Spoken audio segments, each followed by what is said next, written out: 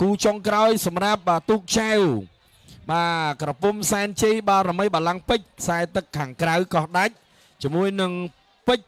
បាទសេរី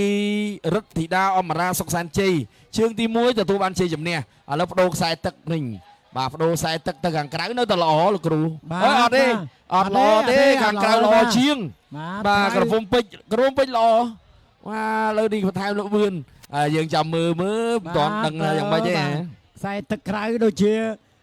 គួសមដែរបាទគួសមដែរណាបាទ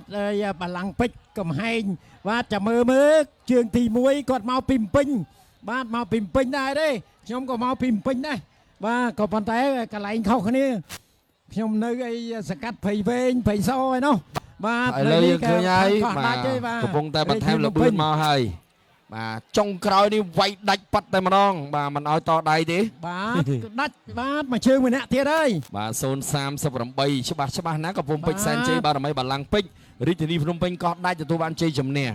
បាទឥឡូវយើងឈានដល់គូទូកវែងរបស់យើងវិញម្ដងបាទជូនដល់គូដែលលឿន